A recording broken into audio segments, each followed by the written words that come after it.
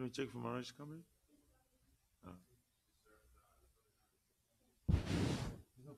When we start together, it's better.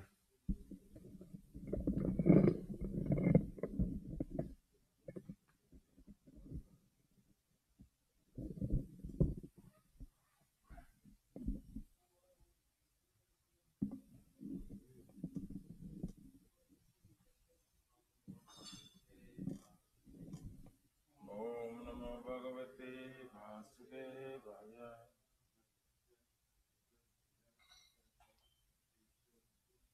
Janmadhyasya Yatambhaya Hitat Abhidya Surat Ene Brahma Udaya Adhikavaye Mudantija Suraya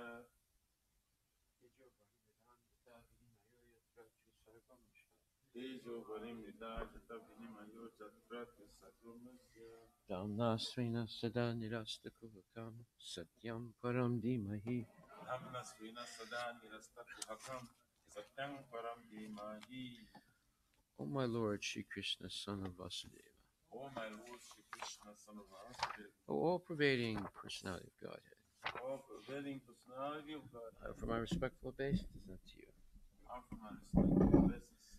I meditate upon Lord Shri Krishna because he is the absolute truth. I meditate upon Lord Shri Krishna because he is the absolute truth. And the primeval cause of all causes. And the primeval cause of all causes. Of the creation, sustenance, and destruction of the manifested universes. The creation, sustenance, destruction of the manifested universe. He is directly and indirectly conscious of all manifestations. He is directly and indirectly conscious of all manifestations. And he is independent because there is no other cause beyond him. And he is independent because there is no other cause beyond him. It is he only who first imparted the Vedic knowledge unto the heart of Brahmaji. It is he only who first imparted the Vedic knowledge unto the heart of Brahmaji. The original living being. The original living being. By him, even the great sages and demigods are placed into illusion. By him, even the great sages and demigods are placed into illusion. As one is bewildered by the illusory representations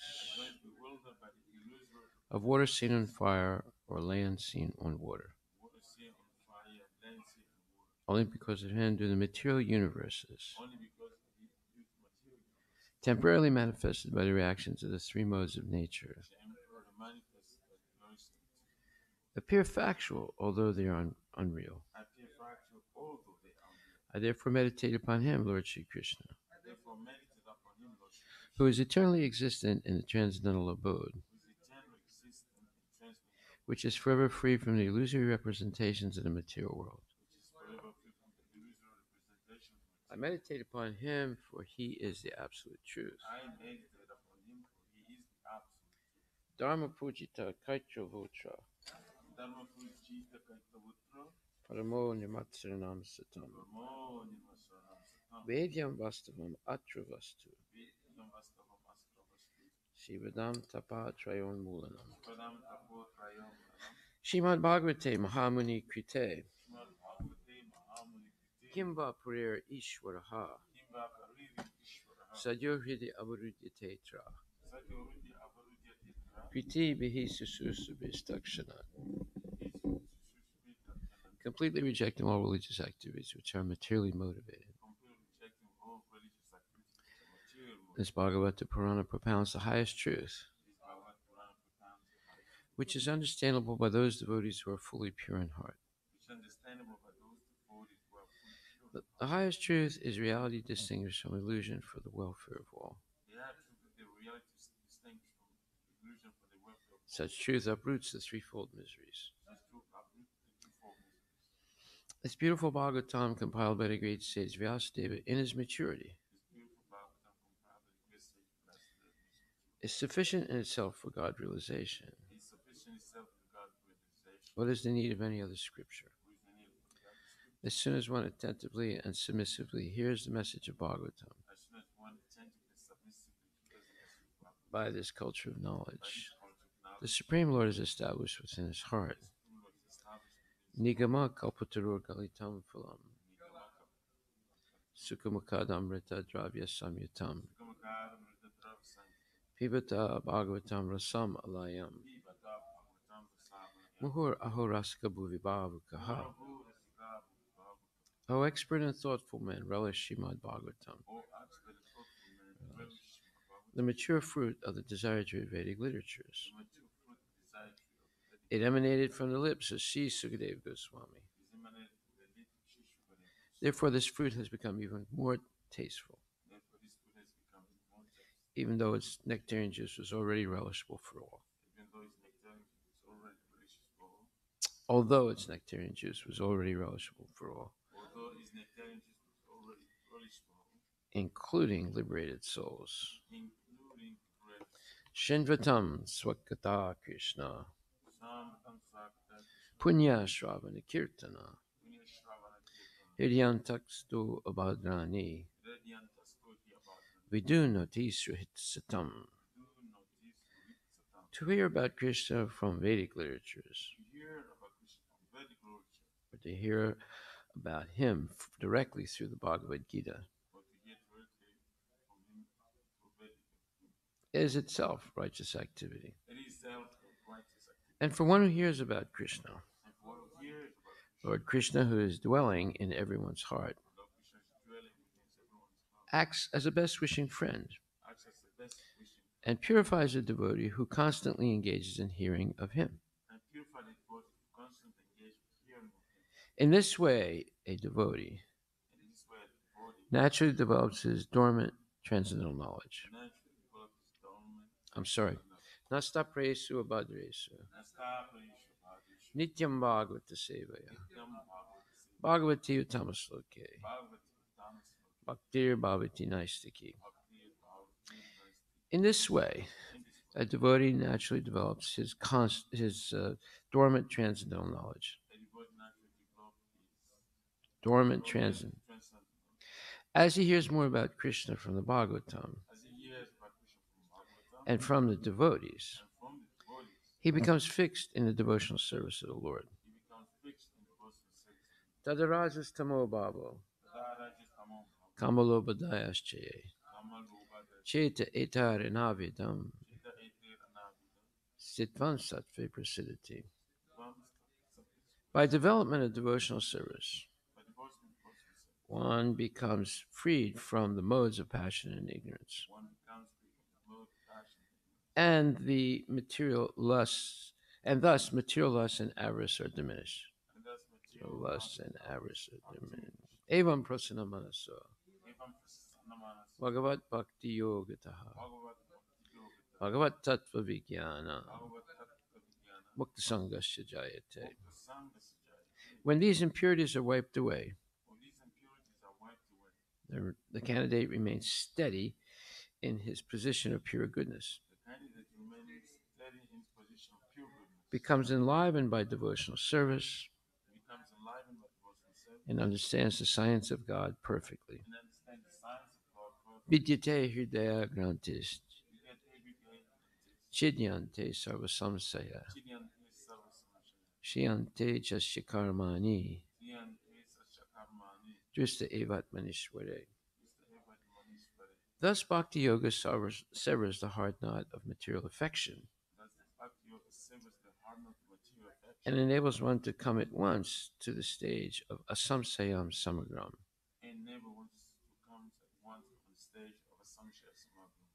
understanding of the Supreme Absolute Truth, Personality of Godhead. Srimad Bhagvatam, Canto 1, Chapter 15, verse number 7.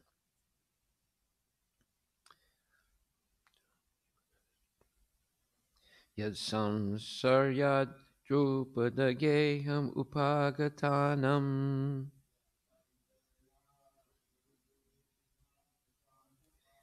Rajnam swayam vara mukhe smarad drumadanam.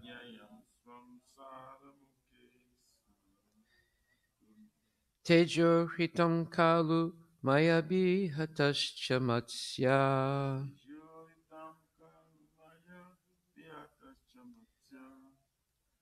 Jaji kritena dhanusadigata cha Krishna.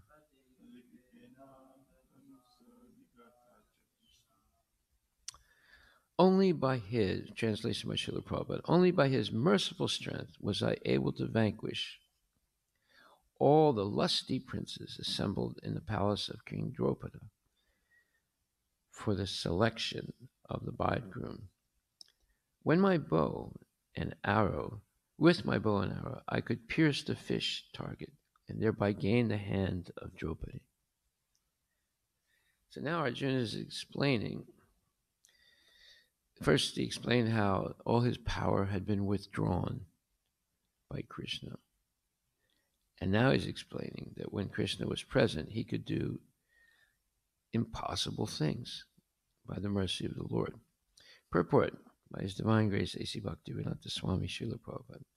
Draupadi was the most beautiful daughter of King Drupada, and when she was a young girl, almost all the princes desired her hand. But Harivilas Maharaj decided to hand over his daughter to Arjuna only, and therefore contrived a peculiar way. There was a fish hanging on the inner roof of the house, under the protection of a wheel. The condition was that out of the princely order, one must be able to pierce the fish's eyes through the wheel of protection, and no one would be allowed to look up at the target. On the ground there was a water pot, in which the target and wheel were reflected, and one had to fix his aim towards the target by looking at the trembling water in the pot.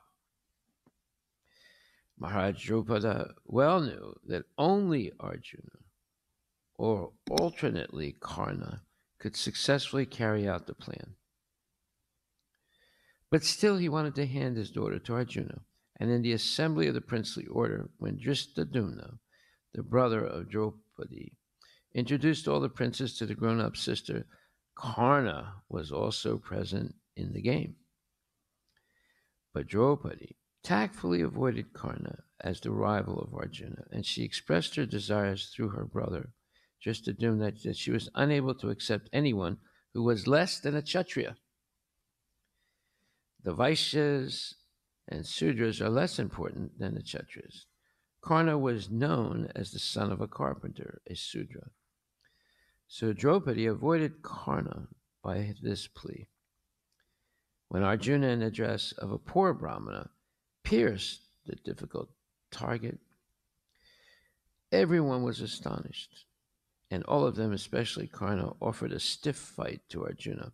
But as usual, by the grace of Lord Krishna, he was able to emerge very successful in the princely fight, and thus gain the valuable hand of Krishna.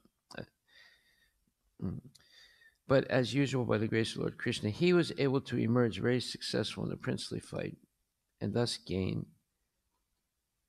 the valuable hand of Krishna, or Draupadi. That's another name of Draupadi, is Krishna, because she was, I think, a little dark in complexion. Arjuna was lamentingly remembering the incident in the absence of the Lord, by whose strength only he was so powerful. So not only did the Kshatriya have to accomplish this virtually impossible task of piercing the eye of the fish through the revolving wheel. So the wheel is revolving like this. Behind it is the fish, upside down. And then the fish might be revolving also. And you have to hit the eye of the fish. So it's impossible to do. But Arjuna was, and you're not allowed, and they're not even allowed to look at it. They have to look at the reflection of it and go like this and hit the eye of the fish. So only Arjuna or Karna was able to do such a thing.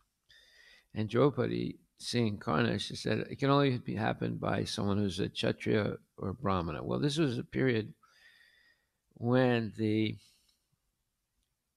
Pandavas were in exile. And so they couldn't manifest themselves as Kshatriyas. So they pretended to be Brahmanas. Okay. So this whole thing is impossible. It's only happened because of Krishna being merciful to Arjuna. And he says, only by his merciful strength was I able to vanquish all the lusty princes assembled in the palace of King Draupadi. So this is the main theme of spiritual life if one wants to be a devotee. Devotees are always going to be, or are always going to encounter impossible situations. But yet, I mean, Prabhupada coming to the United States with $7, having 2 heart attacks on the boat, and arriving in the United States without any followers, with no money. And he ends up in an obscure town in Pennsylvania called Butler, in the house of the Agarwalas. He stays there for a month and realizes nothing is going to be accomplished by him staying there. So he decides to go off on his own to New York City without any residence, and again, with very little or no money. Now, why would a person who's 70 years old, who all his life lived in India, and now he was in a renounced order since, I think, 1958 until 1965, living in Vrindavan, peacefully in Vrindavan, and he decides to go to the United States. He's never been there, with nothing. And then from Butler, take a bus, go to New York City with no idea where he's going to live and how he's going to maintain himself. Now, how can a person do that, especially in his age? Because he had complete faith in his Guru and Krishna. Yasya Devi Parabhakti Yata Devi Tata Guru Tashaita Kartita Hiyartak Prakasante Mahatmanaha. One who has absolute faith, unflinching faith in Guru and Krishna. For such a person, all the imports of the Vedic literatures are revealed. So he had complete faith. Obviously, none of his godbrothers had as much faith. Not that they had no faith. They were all exceptional devotees. Most of them were all exceptional devotees. But Prabhupada was most exceptional in his faith and determination to follow the instructions of his guru, even though it was impossible to imagine how he would be successful. Everything was against his being successful. So that means that a major theme in the Bhagavad Gita is depending on the goodwill of the Lord. This is explained in several different places in the Bhagavad Gita. Let me see if I can find it. It's also explained in the Srimad Bhagvatam.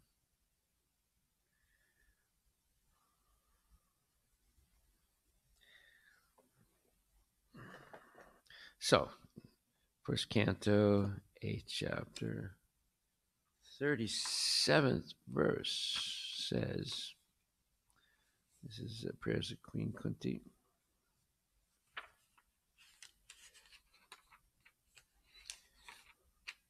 She says, "O my Lord, you have executed all duties yourself. Are you leaving us today? That we are completely dependent on your mercy and have no one else to protect us, now when all the kings are at enmity with us." So you see, completely dependent on your mercy. And Prabhupada says, in the material world, to be completely dependent on the mercy of someone else is the utmost sign of misfortune. But in the case of our transcendental relation with the Lord, it is the most fortunate case when we can live completely dependent on Him. The material disease is due to thinking of becoming independent of everything. But the cruel material nature does not allow us to become independent. The false attempt to become independent of the stringent laws of nature is known as material advancement of experimental knowledge. The whole material world is moving on this false attempt of becoming independent of the laws of nature, beginning from Ravana, who wanted to prepare a direct staircase to the planets of heaven, down to the present age. They are trying to overcome the laws of nature. They are trying now to approach distant planetary systems by electronic mechanical power. But the highest goal of human civilization is to work hard under the guidance of the Lord and become completely dependent on Him. The highest achievement of perfect civilization is to work with valor, but at the same time depend completely on the Lord. The Pandavas were the ideal executors of this standard of civilization. Undoubtedly, they were completely dependent on the goodwill of Lord Sri Krishna. That's the point right there. Completely dependent on the goodwill of the Lord. So Prabhupada is an example of that. You see? Now, who is going to live like that? We see out of all the disciples of Bhaktisiddhanta Saraswati Thakur, and there were approximately 10,000, only one was completely dependent on the goodwill of the Lord. Therefore, Prabhupada risked everything in his latter part of life to accomplish this goal of spreading Krishna consciousness around the world. Not any of the other disciples had the same total dependence on the goodwill of the Lord and faith in the instructions of the spiritual master. In fact, there's a very interesting statement by Prabhupada in one of his letters where he talks about Ban Maharaj, who was considered the topmost of Bhaktisiddhanta Saraswati Thakur's disciples as far as erudition, meaning scholarship and so forth. And I met Ban Maharaj once, and he was a very stately person. I mean, he reminded me of someone of the stature of Aurobindo, highly educated, and his demeanor also was very, you could say, noble looking, right? So he goes to England. His guru is sending him 700 rupees a month, which at that time was a fair amount of money, from India to England for 4 years. And Prabhupada said what he did was, instead of preaching about Lord Chaitanya, he tried to imitate Vivekananda. Those are the exact words.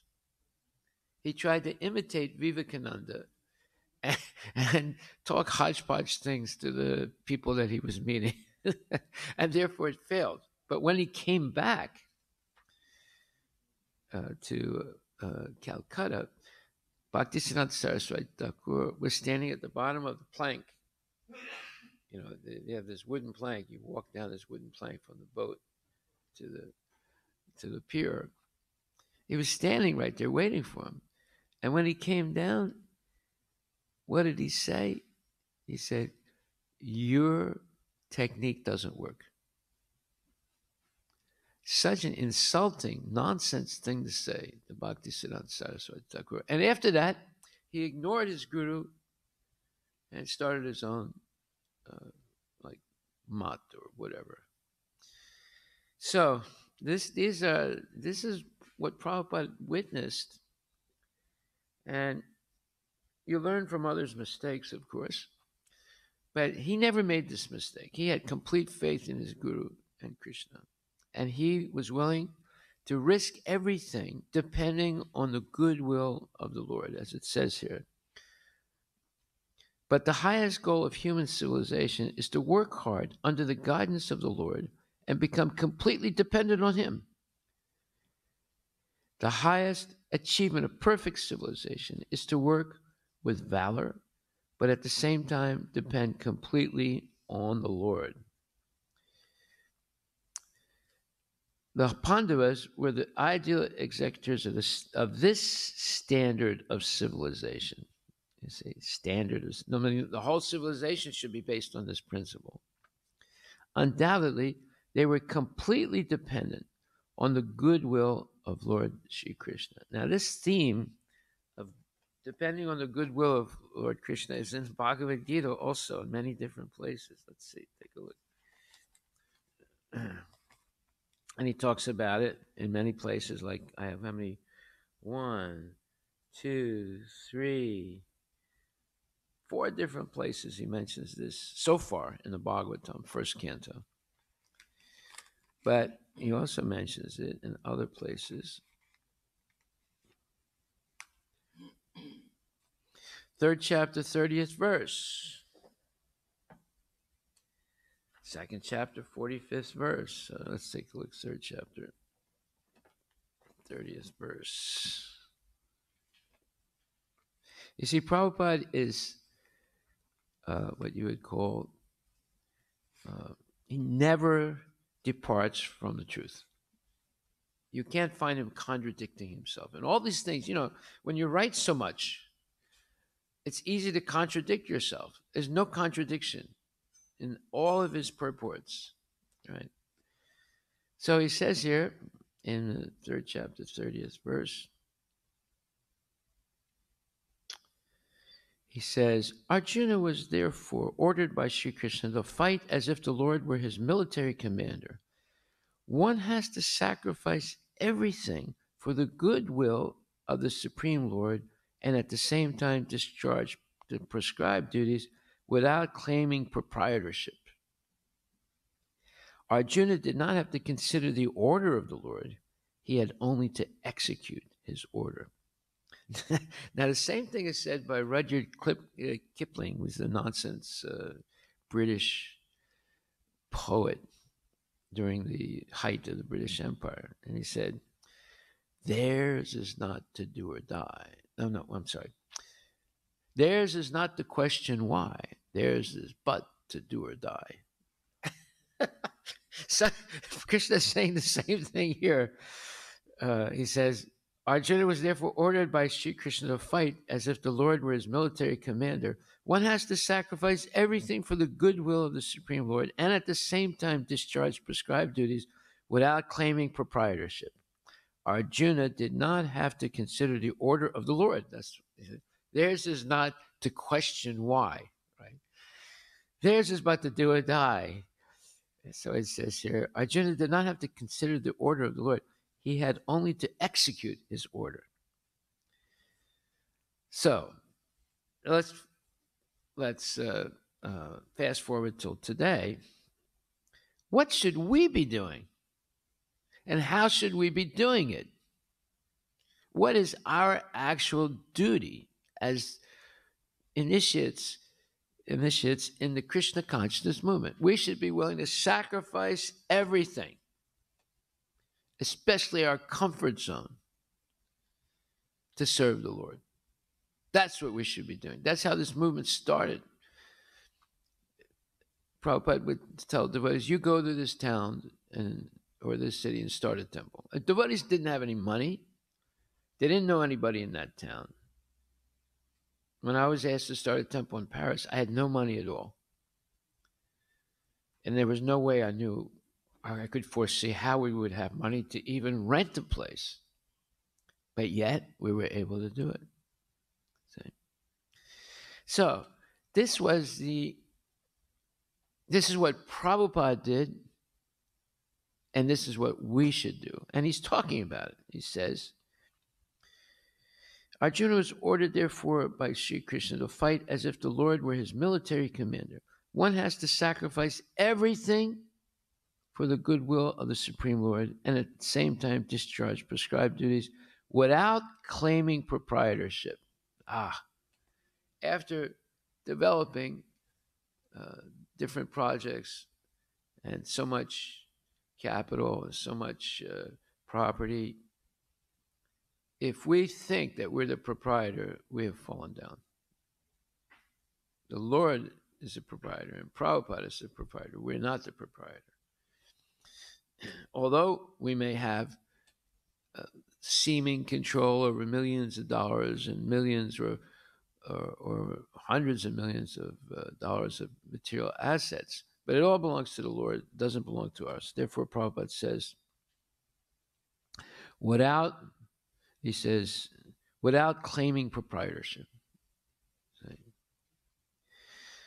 Okay, so this is an important point. I mean, there's a lot more references here, but we won't spend the time. It's already late. Are there any questions?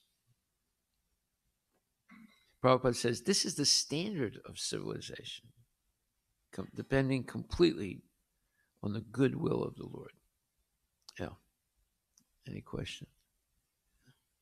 But it's not really a question, but it's just a point. Yeah. That it's not possible for everybody to do that. Why not?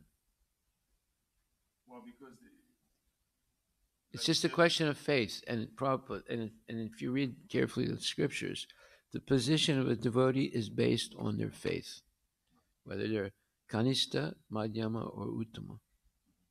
It's all based on faith. Go ahead. Sorry. Yeah, it's okay. And then people, they do it differently. It's not. It doesn't in one way. Well, yeah, of course, I agree with you. Yeah, but the same principle is there: complete dependence on the goodwill of the Lord. In other words, how can a 70-year-old man who's never been to the United States, has no money, has to beg for a free ticket, has 2 heart attacks without any medical help,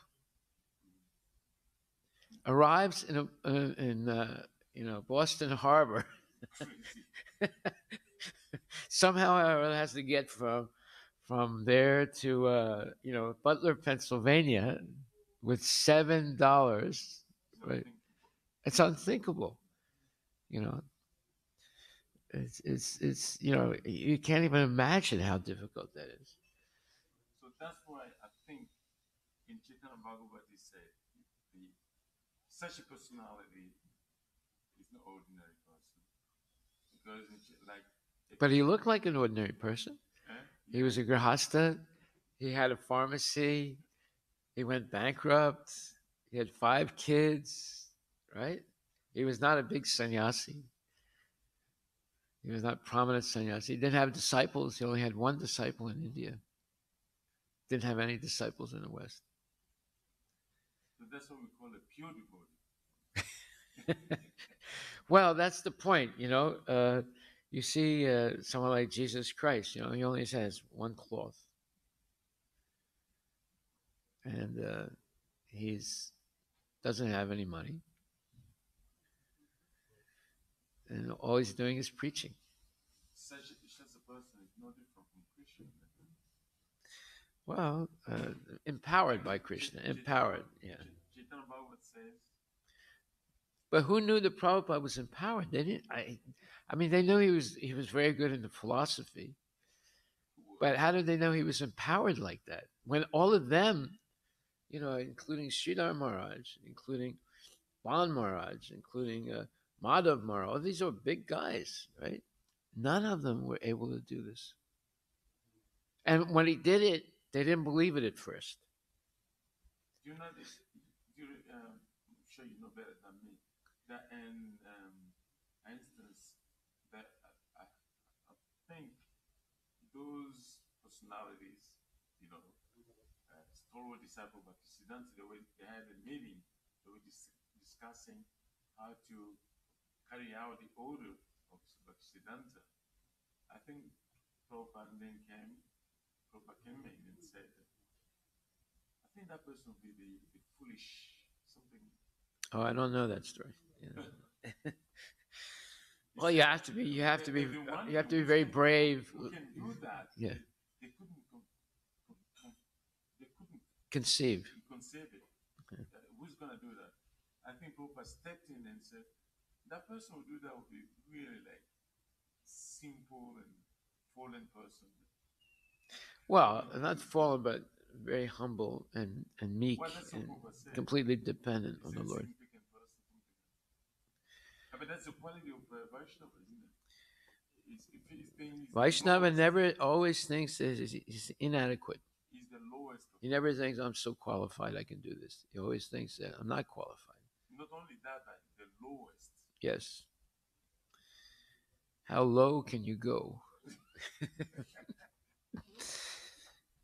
Well, the disciple always thinks that he is Das. even though people call him Prabhu, he never considers himself Prabhu. He always considers himself Das. Das, Dasana But Das. in case of pure devotee, that's true. Yeah. Therefore, Chaitanya Bhagavat said, I was going to mention that Bhagavat Tulasi Ganga, Bhagavat Tulasi Ganga, Bhakta Chani, Chaturvida, He Krishna Sane. The Okay. four manifestations of Krishna Okay. in the material world. It's a Bhagavat, Ganga, Tulasi, and a pure devotee. Jai. Yeah. Vrindavan Sattva. Yeah. Nastapre Subhadresu Nityam Bhagavata Sevaya. Bhagavati Uttama Sloke Bhaktir Bhavati Naisi. There's book Bhagavat and there's the person Bhagavat. Bhagavat and the Tulasi and Ganga. Ganga. Okay. These are direct manifestation of Krishna. Haribol. Well, we were fortunate. We're still fortunate. We have So Prabhupada. would say as such, yeah. One of those manifestations. Yeah. Okay. Haribol. All glories to Prabhupada ki jai. Amazing.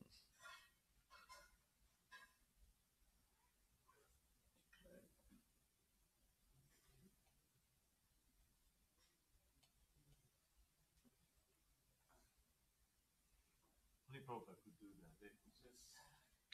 He says the perfection of life is therefore to become dependent on the will of the Lord instead of becoming falsely independent in the material world.